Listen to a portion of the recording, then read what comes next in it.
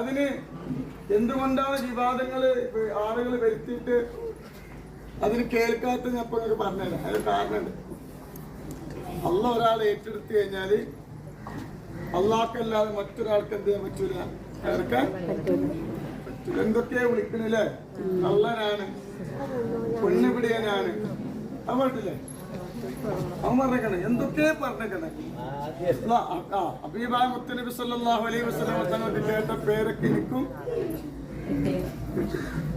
എന്നെ സംബന്ധിച്ചിട്ട് അതൊന്നും വലിയൊരു വിഷമല്ലല്ലോ. പക്ഷെ കുറെ നൂറെ ഹബീന് മുത്തുമണികൾ എന്താപ്പിക്കണേ, കാര്യ സങ്കടപ്പെടുക.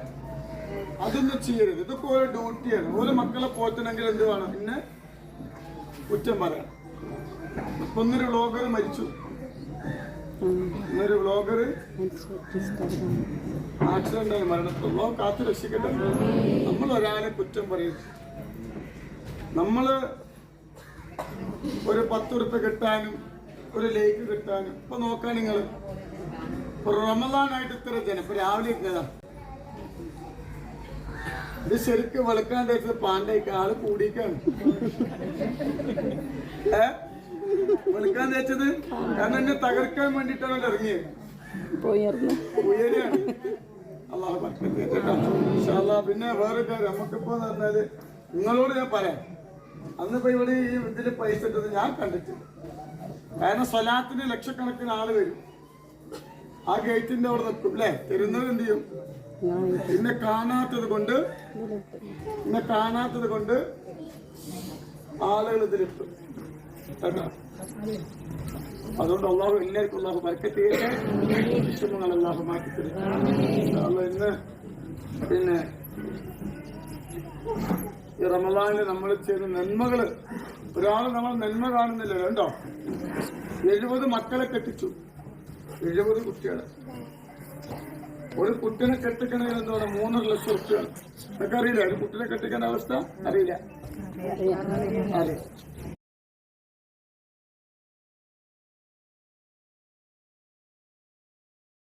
അങ്ങനെ 70 മക്കള്.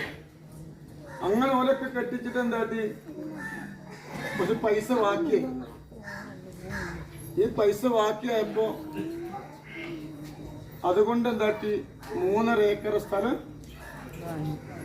ആർക്ക് എത്തിയ മക്കൾ 3.5 ഏക്കർ സ്ഥലം വാങ്ങി. ആ സ്ഥലം 4 സെന്റ് സ്ഥലം വെച്ച് അതെല്ലാവർക്കും കൊടുക്കുകയാണ്.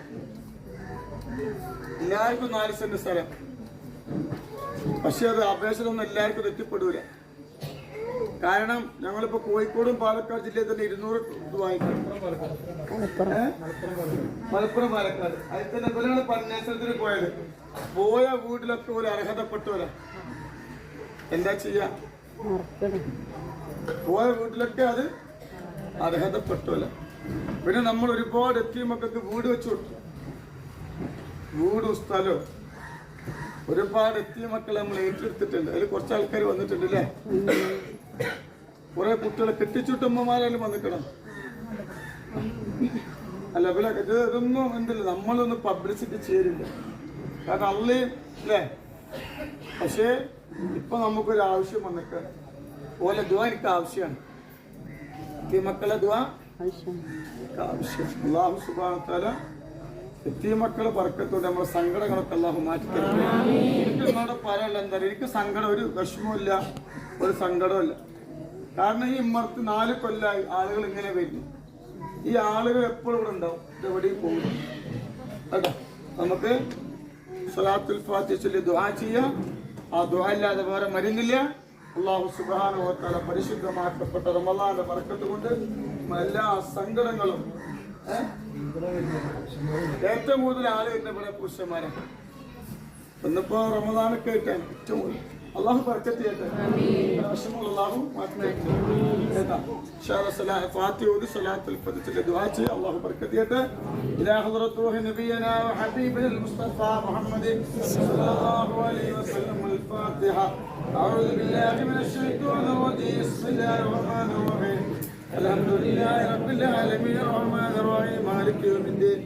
إياك نعبد وإياك نستعين اهدنا الصراط المستقيم صراط الذين أنعمت عليهم غير المغضوب عليهم ولا الضالين.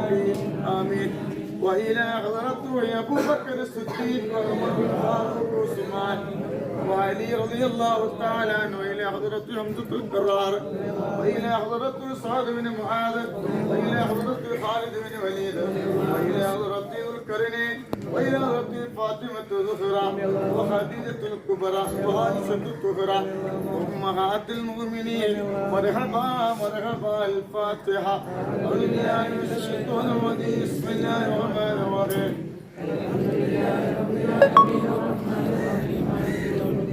إياك نعبد وإياك نستعين اهدنا الصراط المستقيم صراط الذين أنعمت عليهم غير المغضوب عليهم